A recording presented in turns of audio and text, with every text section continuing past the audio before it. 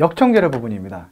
네, 역청재료는요, 먼저 그 아스팔트의 분류를 한번 볼게요. 이 부분이 좀 출제가 많이 되고 있습니다. 예, 천연 아스팔트하고 석유 아스팔트에 대한 부분이죠. 네, 천연 아스팔트는 지금 좀 암기를 하셔야 됩니다. 락, 레이크, 샌드, 그리고 아스팔타이트인데, 또 아스팔타이트는 또 세 가지로 분류가 되고 있죠. 그리고 석유 아스팔트는 뭐 스트레이트 아스팔트 우리가 보통 보는, 그리고 크게는 역청재료는 아스팔트와 타르로 분류가 된다.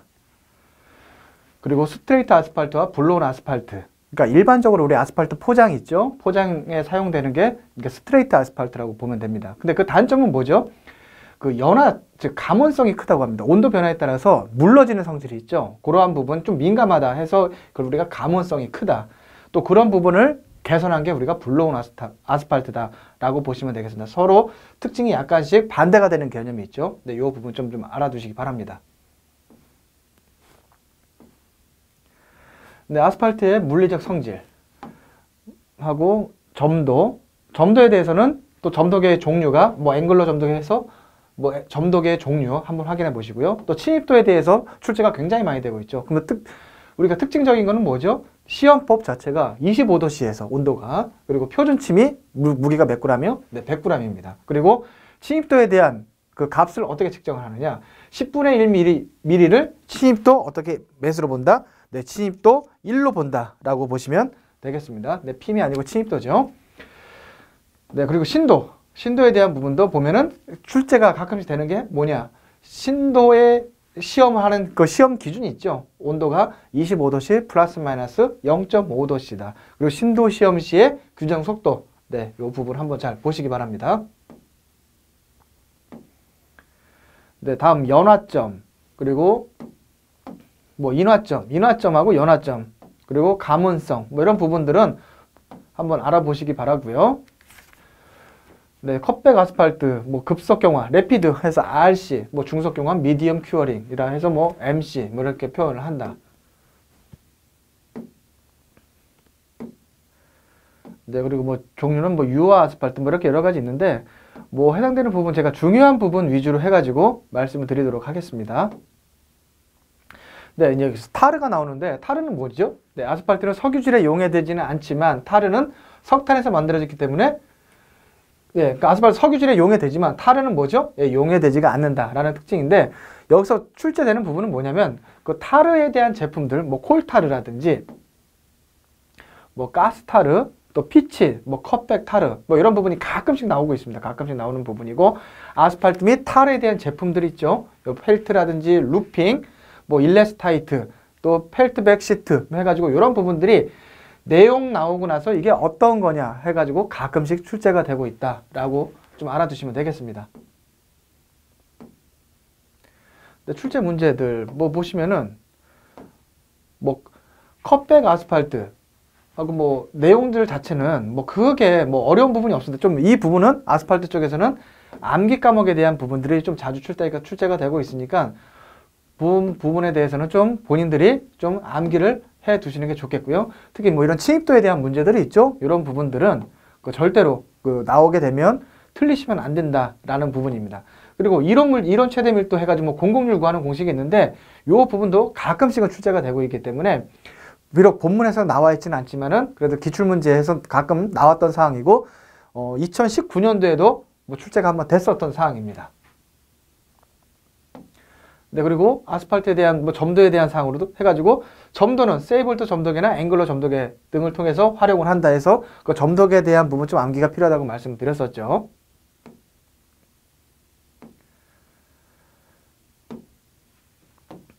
네, 침입도에 대한 시험들이 뭐 문제가 제일 출제가 잘 되고 있습니다. 침입도에 대한 부분. 그리고 뭐 인화점과 연소점을 구분하는 문제 한번 비교를 해 보시기 바라겠고요. 또 마샬 시험이 뭔지, 안정도 시험은 다음에 우리 마샬 안정도라고 그냥 단어 자체를 암기해 두시는 게 편하겠죠. 마샬은 안정도 시험이다 라는 부분. 네, 금속 재료 한번 보겠습니다. 금속 재료는 우리가 이제 쇠죠. 그러니까 소위 말해서 그냥 금속 쇠. 근데 금속은 철금속이 있고 또 비철금속이 크게 두 가지 분류를 할 수가 있습니다. 네, 금속 재료에 대한 특징. 탄소가 들어가게 되면 일단 강도가 증가를 하죠. 보시는 것처럼 강도 또는 항복점, 인장 강도가 증가하지만 갑자기 파괴되는 성질, 즉 취성은 어떻죠? 취성에 대한 부분이 단점으로 작용을 하게 됩니다. 그리고 P하고 S, 그 인하고 황에 대한 부분은 또 취성 자체가 증가하고 취성이 급격하게 갑자기 파괴되는 성질이 어떻죠? 반대된다는 얘기죠. 즉 그 부분을 보완을 한다는 얘기죠. 탄소에 대한 부분, 즉 취성이 감소하는 부분을 P하고 S가 보완을 해준다라고 생각하시면 되겠고요.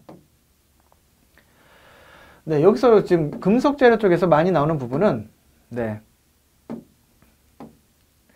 뭐 철에 대한 종류, 뭐 강은 뭐고 뭐 이런 부분도 있지만 또 합금강은 기존의 철에다가 뭐 니켈을 섞은 강은 뭐 니켈강이라고 하는데 지금 강의 제조법, 또 평로 제감법, 뭐 여러 가지 강의 제조법 자체가 몇 가지가 있는데 가끔씩 출제가 되고 있습니다. 이런 부분 합금강도 마찬가지. 합금강은 뭐 구리와 주석이 뭐죠? 청동, 구리와 아연은 황동이다. 그런 부분에서 가끔씩 나오고 있고요.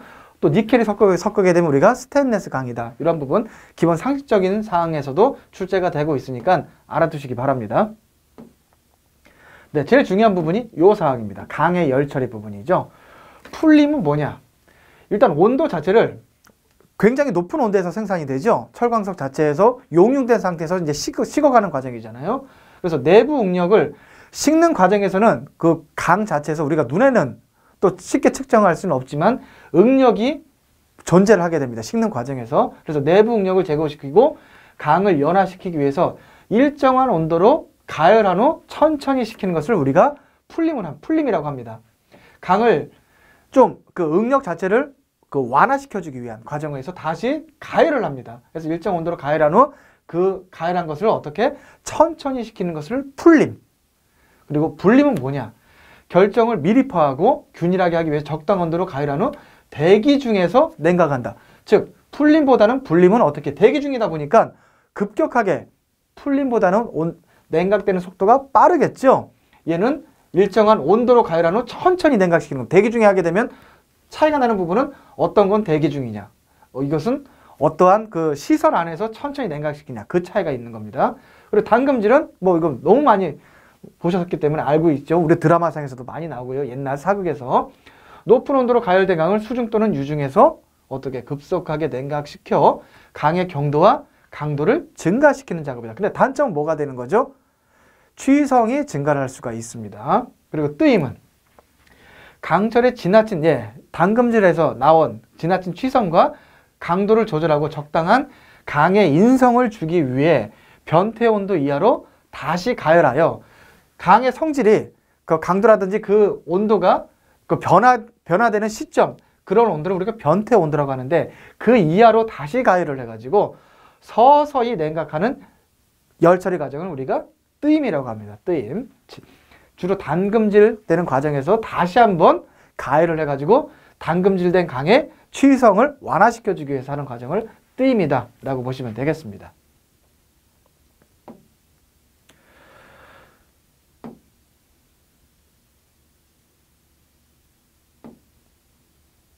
기타 보면 구리 및 구리합금 한번 보시고요. 뭐 가끔 출제가 되고 있고 뭐 니켈이 들어가는 강제, 그리고 연신율은 원래 시험 시편이 있게 되죠. 시험을 하게 되면 강제 인장 시험은 대략적으로 시편이 이러한 형태가 되어 있습니다. 이러한 형태로 돼가지고 여기에다가 만능재료 시험기가 물어주는 거죠. 양쪽을 꽉 물게 됩니다. 그러면서 어떻게 힘을 양쪽으로 주는 것을 우리가 인장이라고 하죠. 반대로 이렇게 밀어주는 과정을 우리가 이것을 압축, 이거는 압축 시험. 양쪽을 서로 당겨주는 시험을 우리가 인장 시험이라고 합니다. 그러면 최초의 길이가 이게 L0라고 하는 거죠. L0게 되는데 인장하는 시점에서 점점 이게 늘어나게 되죠. 어느 정도 늘어나게 되는데 그 늘어나는 양을 우리가 L- 늘어나는 처음에는 이렇게 됐다가 파단되는 시점에서는 이게 늘어나게 되겠죠. 이것을 다시 저희가 이걸 L이라고 하겠습니다. 그러면 늘어나는 양은 양쪽 이 부분이죠. 이쪽 이 부분하고 또 반대편 부분 요 부분이 있겠죠. 요 부분 이게 늘어나게 되기 때문에 이것을 우리가 소위 말해서 델타 L이라고도 합니다. 델타 L. 이것을 연신율이라고 하죠. 늘어나는 비율. 또 단면은 늘어나게 되면은 처음에는 예를 들어서 위에서 봤을 때 이러한 이 정도 면적이 있다라고 하게 되면 늘어나는 시점에서는 단면이 좀 줄게 되죠.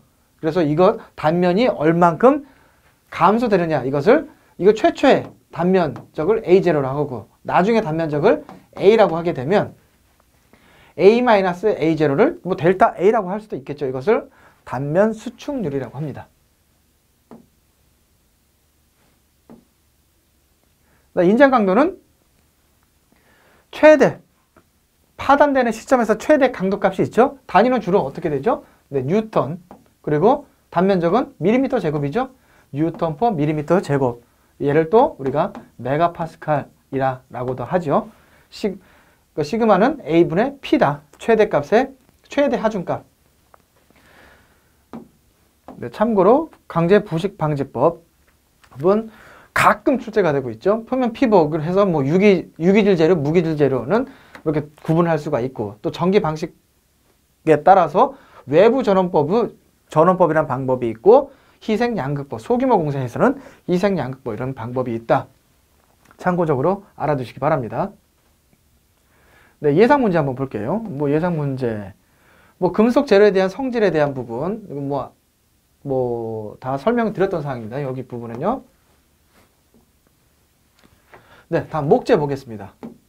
목재는요, 의외로 우리 건설재료, 기사, 산업기사에서 출제가 상당히 많이 되고 있습니다. 목재의 장점 한번 보시고, 일단 가볍죠. 목재가 가볍고, 또 열, 전기 등에 대한 전도율이 작죠. 그래서 단열에 대한 효과도 있는 거고, 어느 정도. 목재 성분과 조직, 목재 성분, 네, 특히 목재 조직은 또 심재하고 변재라는 게 있죠. 목재를 이렇게 단면을 보시게 되면 우리 가운데 부분을 심재, 또 외곽 부분을 변재라고 합니다. 그래서 심재는 비교적 어두운 암색을 띠고 있으며 수분이 적고 질량이 크므로 강도 및 인성이 크다. 반대로 변재는 이 바깥 부분에 있는 부분이에요. 바깥 부분에 있는 분포하여 색깔이 밝고 그 물의 통로가 되는 겁니다. 수액의 영양분의 전달 및 양분의 저장 등의 역할을 하는 게 변재라고 보시면 되겠습니다. 네, 목재 물리적 성질. 그래서 기건 밀도는 0.3에서 0.9 정도. 물이 1이죠. 물이 밀도가 1이니까 또 함수율의 영향에 따라서 목재 질량은 기본적으로 일반적인 목재의 함수율은 15% 플러스 마이너스 3%라고 한다라는 부분은. 그리고 역학적 성질은 섬유의 평행. 섬유는 이렇게 나무가 있으면 평행 방향. 종 방향의 압축 강도는 섬유의 직각 방향의 압축 강도보다 크다. 그리고 인장 강도, 또 힘 강도, 전단 강도 이런 부분이 있는데 이 부분에 대해서는 문제에 가끔 출제가 되고 있으니까 어떤 게 제일 크고 이런 부분들은 우리 기출문제에서 한번 반드시 알고 가시기 바랍니다. 그리고 목재의 또 건조법에 대한 부분이 있어요. 또 이게 자연건조법이냐 또는 인공건조법이냐 이거. 그리고 자연건조법은 대표적으로 공기건조법하고 또 침수법, 물에 담그는 바닷물이라든지 물에 담그는 침수법이 있다. 또 목재를 건조시키는 목적 한번 살펴보시고요. 목재의 결함에 대한 종류도 한번 용어에 대해서는 이게 예를 들어서 옹이라고 하면은 나뭇가지 밑동 부분이 남은 것을 우리가 옹이라고 한다 해서 용어 정의에 대한 부분은 그냥 넘어가도록 하겠습니다.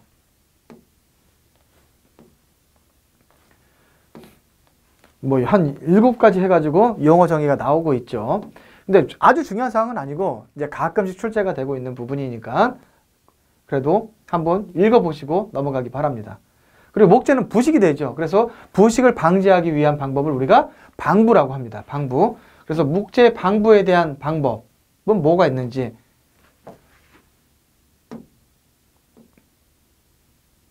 그리고 합판. 합판은 판 자체는 넓은데 우리 나무 자체는 합판만큼 크기가 있는 게 쉽지가 않지요. 그래서 둥그런 형태의 단면이 있는 이 목재를 일정한 두께로 해가지고 이렇게 자르는 거죠. 그래서 나무가 회전하는 과정에서 계속 이렇게 자르는 겁니다. 잘라가지고 핀 것을 우리가 로터리 베니어 방법에 의한 단판의 제조 방법이다. 그래서 거의 대부분 현재는 로터리 베니어법이 제일 많이 사용이 되고 있다라고 보시면 되겠습니다.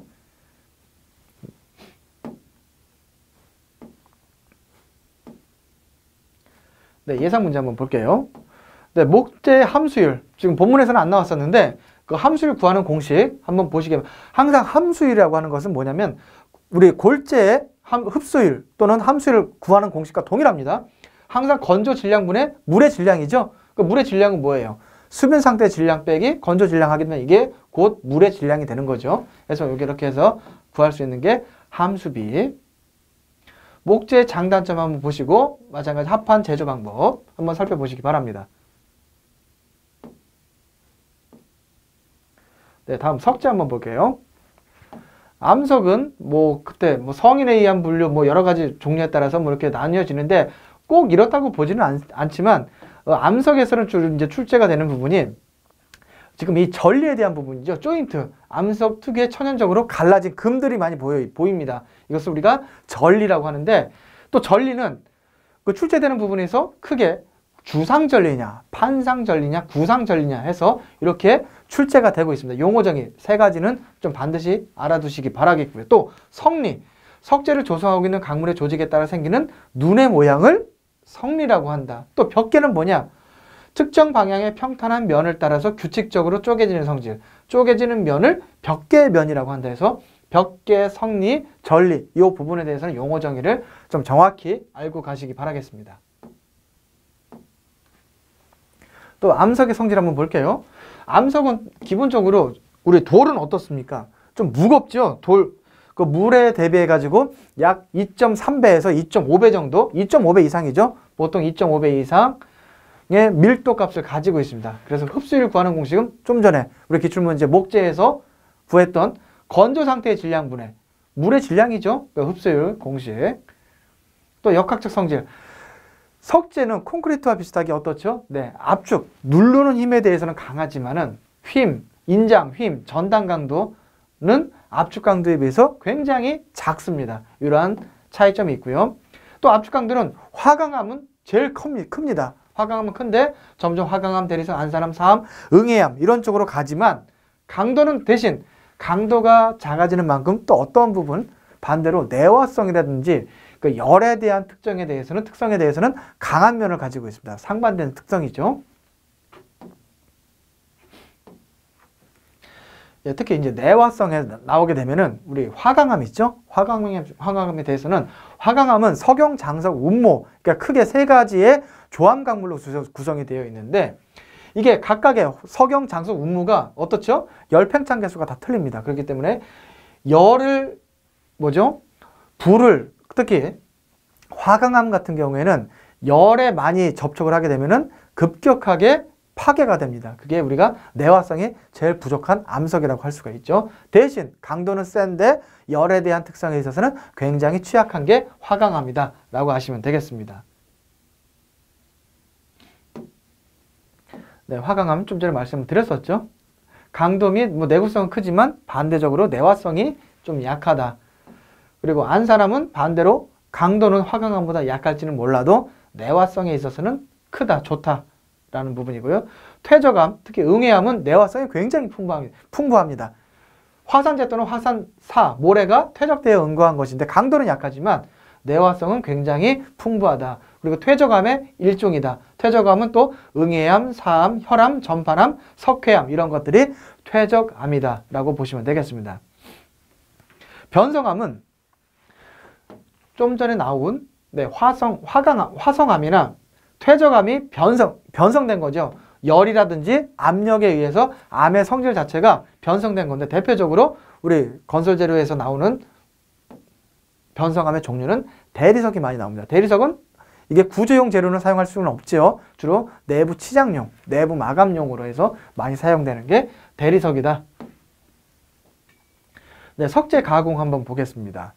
석재 가공은요, 인력에 의한 가공 순서를 보면 혹두기, 정다듬, 큰 순서대로 큰 틀을 잡는 게 혹두기, 그리고 정을 이용해 가지고 크게 또 다듬는 게 정다듬, 그리고 마지막으로 잘게 다듬는 걸 잔다듬이고 마지막에 물갈기를 통해서 표면을 매끄럽게 하는 것을 물갈기다 라고 하는 방법이 인력에 의한 가공 및 순서다 라고 하는 게 가끔씩 출제가 되고 있습니다. 네, 석재 형상에 의한 분류인데 각석, 판석 해서 뭐 견치석, 사고석 이런 부분이 가끔씩 출제가 되고 있으니까 여력이 되시면 한번 정확히 알아두시기 바라겠습니다.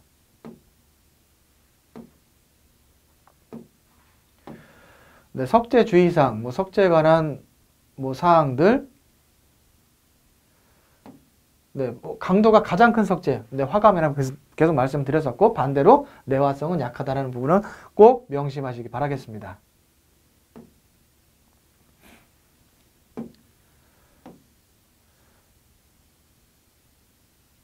네, 뭐 편리냐, 측리냐, 성리냐, 성목이냐 요 내용도 뭐 제가 그 본문 설명할 때 뭐 중요하다 하는 부분 말씀드렸었고요. 화강암에 대한 성질 다시 한번 문제를 푸시면서 한번 이해를 하시기 바라겠습니다.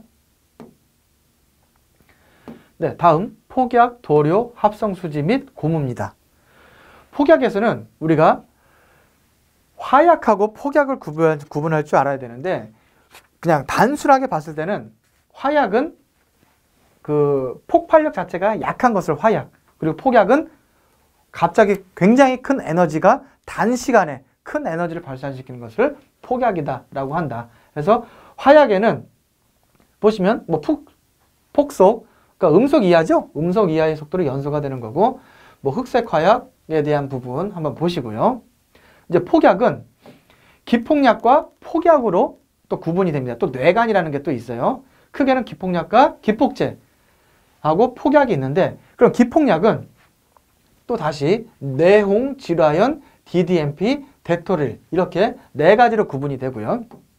폭약은 이제 칼리, 니트로글리세린 가장 강력한 폭약으로서 이게 니트로글리세린이다. 그리고 다이너마이트 이렇게 구분이 됩니다. 또 칼릿은 보시는 것처럼 유해가스 발생량이 많고 흡수성이 커서 터널 공사에는 부적합한 게 칼릿이다. 그러니까 유해가스가 많기 때문에 그 환기를 잘 시켜야 되겠죠. 그래서 문제가 이 지문 그대로 출제가 많이 되고 있습니다. 그리고 다이너마이트는 종류 자체가 교질, 플라스틱 뭐 이렇게 네 가지 이렇게 구분이 되는데 가장 또 뭐 여기서 다이너마이트 중에서도 폭발력이 강한 것은 뭐 교질 다이너마이트고 이건 또 수중에서도 사용이 가능한 게 교질 다이너마이트다. 해서 출제가 자주 되는 부분은 또 파란색으로 표시를 해놨으니까 자세히 알아두시기 바라겠습니다.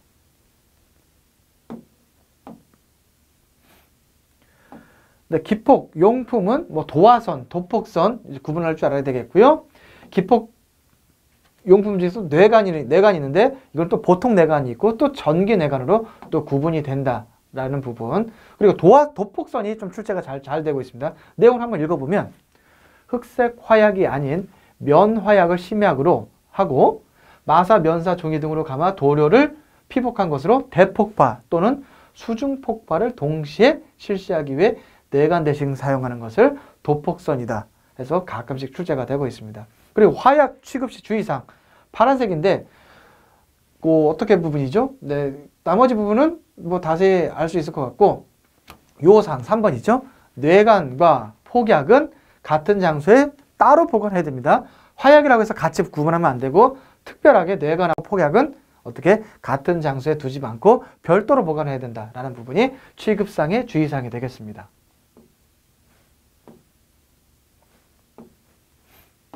네, 도료입니다. 도료, 페인트죠. 뭐 페인트에 대한 부분도 도료는 뭐 기름, 희석제 뭐 섞어주는 게 해서 또 크게는 이게 수성이냐 뭐죠?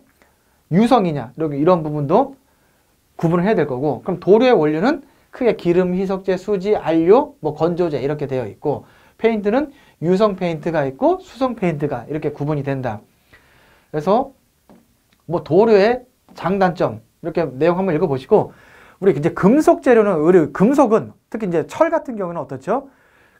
대기 중이라든지 수중에 특히 이제 대기 중에 있을 경우에는 산소하고 화학 반응을 일으키죠. 그렇게 해서 부식을 합니다. 녹이 쓴다는 얘기죠. 그러한 것을 방지하기 위해서 칠해지는 도료를 우리가 뭐라고 하죠? 방청도료라고 합니다. 그래서 철강제의 부식을 방지하기 위해서 사용을 하고요. 뭐 연단도료, 뭐 하면 방청도료, 워시 프라이머 이렇게 세 가지로 구분이 될 수가 있고요.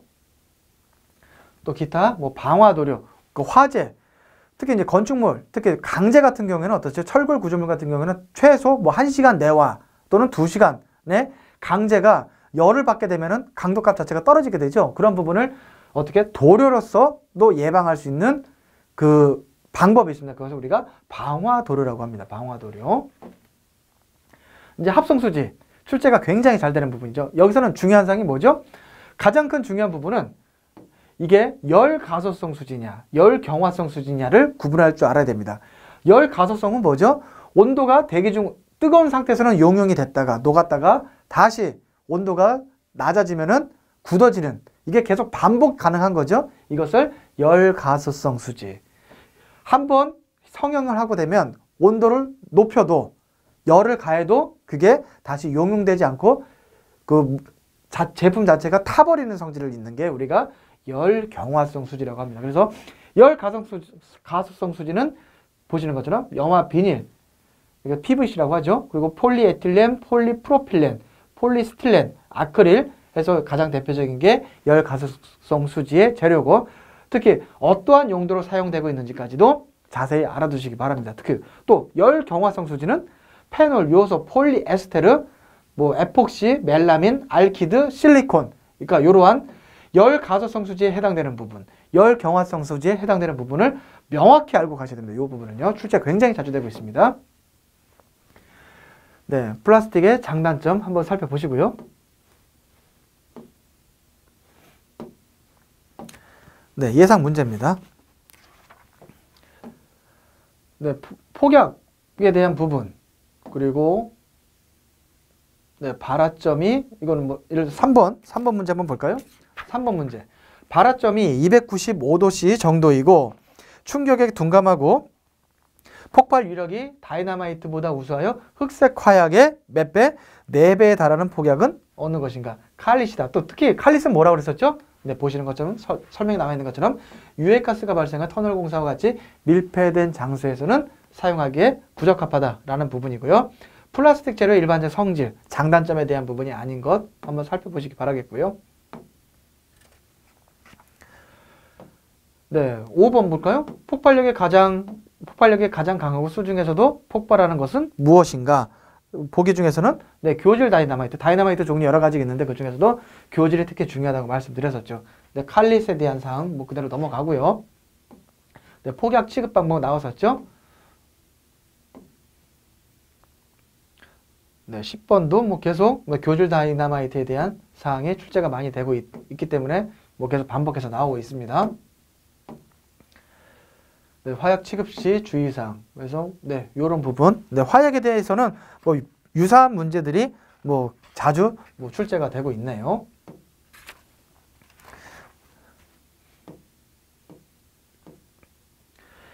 네, 이거는 참고로 네, 국내 건설공사 품질관리 법령 기준입니다. 건설기술진흥법에 따라서 그 품질관리에 대한 법령 기준인데 국내 건설공사 품질관리를 위한 시설 및 품질관리 기술인 배치 기준입니다. 이거는 건설기술진흥법에 나와 있는 사항입니다. 그래서 크게 봤을 때는 우리나라 건설공사 현장은 초급, 중급 현장, 이것을 우리가 품질시험 계획 수립 대상공사라고 하고요. 고급하고 특급 대상 현장을 우리가 품질관리 계획 수립 대상공사라고 합니다. 그래서 우리나라는 그 품질 시험 계획, 즉 다시 말해서 초급 품질관리 대상공사 이상만 되게 되면 무조건 3가지를 챙기셔야 되는데, 첫 번째 사람, 즉 품질관리 기술인이죠. 품질관리 기술인을 배치를 해야 되고, 두 번째 시험 시설을 갖추도록 되어 있고, 또 추가적으로 관련되는 계획서, 문서를 반드시 현장에 작성하고 비치하고 공사 진행에 따라서 시험 성과 또는 각종 기록을 서면으로 남기도록 되어 있습니다. 그래서 기록으로 남기게 되어 있죠. 그래서 품질시험 계획수립 대상공사와 품질관리 계획수립 대상공사로 구분을 할 수가 있습니다. 그러면 우리 법에서는요, 품질관리 계획수립 대상공사부터 먼저 따지도록 되어 있어요. 이 품질관리 계획수립 대상공사인지 여부를 먼저 판단을 하고 품질관리 계획수립 대상공사가 아니다 하게 되면 중급 품질관리 대상공사로 넘어오게 됩니다. 그리고 중급도 아니게 되면 초급 품질관리 대상공사로 일단 기본적으로 보게 되는데, 그것도 전 공사를 다 보는 게 아니고 총 공사비가 5억 원 이상인 토목공사하고 뭐 2억 원 이상인 기계 또는 전기설비공사, 그리고 연면적이 660제곱미터 이상의 건축물의 건설공사는 어떻게 초급 품질관리 대상공사로 들어오게 됩니다. 우리 법적 테두리 안에 들어오게 되는 거죠. 그러면 이제 먼저 품질관리 계획수립 대상, 그러면 나머지 초급하고 중급은 이해를 하셨을 거고, 품질관리 계획수립 대상 공사인지 여부를 판단하는 기준은 토목하고 건축이 조금 약간 상이합니다. 먼저 감독 권한 대행, 다시 말해서 감독 권한 대행 건설사업관리 대상 공사이면서 동시에 총 공사비가 500억 원 이상이거나 둘 중에 하나예요. 또 하나는 건축일 경우에 주로 해당이 됩니다. 건축일 경우에는 연면적이 3만 제곱미터 이상이면서 동시에 다중이용 건축물의 건설공사 둘 중에 하나입니다. 그러면 감독 권한 대행 건설사업관리 대상 공사는 네, 교재에 나와 있는 것처럼 이렇게 나와 있죠. 1번부터 15번까지 해당 사항들을 검토해 보시면 되겠고요.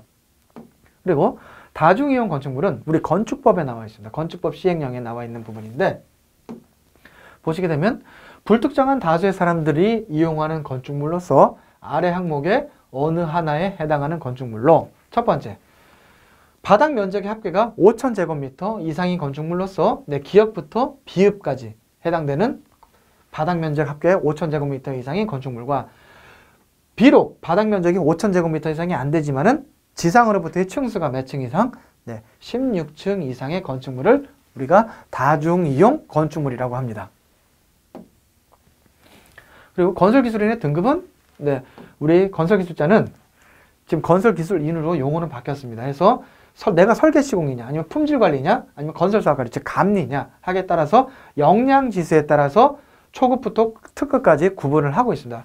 그러면 이 구분 점수는 어떻게 하느냐? 역량지수는 자격지수가 40점이고요. 학력, 경력, 기타 교육지수 해서 100점 만점을 하고 있습니다. 그래서 자격지수는 기술사, 건축사가 40, 기사가 30입니다. 그리고 산업기사가 20, 기능사가 15, 관련 자격이 없으면 10점이 되는 거고요.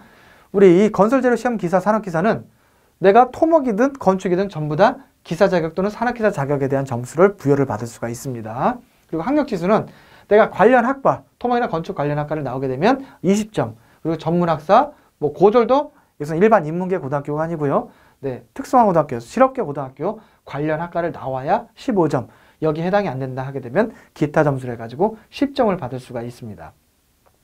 그리고 경력지수는 해당되는 이 시기에 따라서 하는 건데 경력 연수가 이 시기에 산입을 시키게 되면 내 경력이 1년이게 되면 1점밖에 안 나와요. 근데 2년이면 7.5점, 3년이면 약 11.9점이 나오게 됩니다. 그래서 이러한 산식에 따라서 내 역량지수를 합산을 하셔가지고 내 점수가 어느 정도 범위에 들어오느냐에 따라서 내 기술 등급이 정해진다라고 보시면 되겠습니다. 네, 기타 우리나라 모든 기술자, 기술인들은 관련되는 법정 직무교육을 받도록 되어 있고요. 그 중에 우리 건설기술, 건설재료 시험기사, 산업기사 같은 경우는 또 이제 품질 업무를 하시는 분들이 또 많이 취득을 하고 있죠, 실제적으로. 그런 경우는 또 품질관리 업무 수행 기술인들은 어떠한 과정을 교육을 받아야 되느냐. 일반 설계시공 기술자들도 동일합니다. 최초 교육은 기본 1주, 네, 35시간을 1주 교육이라고 하고 있어요. 그리고 전문 교육, 35시간 이상 각각을 이수를 하셔야 됩니다. 그리고 내가 승급하고 싶다 하게 되면 마찬가지 전문 교육 35시간. 또 3년마다 해당되는 업무를 계속하고 있다 하게 되면 3년마다 관련되는 교육을 또 계속 이수를 하셔야 됩니다. 이것을 우리가 계속 교육이라고 하죠. 뭐 나머지 부분은 크게 뭐 확인을 안 하셔도 되겠고요. 네, 이러한 내용들은 또 품질 관련되는 내용들은 어디에? 네, 건설공사 품질관리 업무 지침에 나와 있습니다. 그리고 예상되는 문제도 보면 지금은 출제 자체가 많이 없습니다. 이 내용들은 지금 옛날에 출제가 많이 됐었는데 이게 어디에 있냐면 건설공사 품질관리 업무 지침에 품질시험계획 산출 기준이라고 있어요. 그거에 따라서 나왔던 문제들인데 지금 제가 써놨죠. 최근에는 이 장 문제가 출제가 거의 없으니까 이거를 전부 다 암기한다든지 그런 사항들은 뭐 안 하셔도 됩니다. 그냥 보시고 그냥 넘어가시기 바랍니다. 이 부분들은요.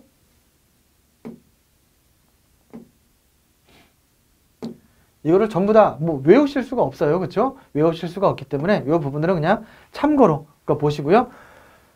실제 품질 업무를 하셨던 분들은 뭐 그래도 아는 부분이 나오게 되면 뭐 쉽게 해결할 수도 있겠지만은 그렇지 않은 부분들은 이거를 전부 다 외운다고 하시게 되면 굉장히 큰 스트레스이기 때문에 이 부분들은 최근에는 거의 출제가 되지 않고 있기 때문에 그냥 넘어가시기 바라겠습니다. 네, 이상 제 챕터 3에 대한 부분을 강의를 마치도록 하겠습니다.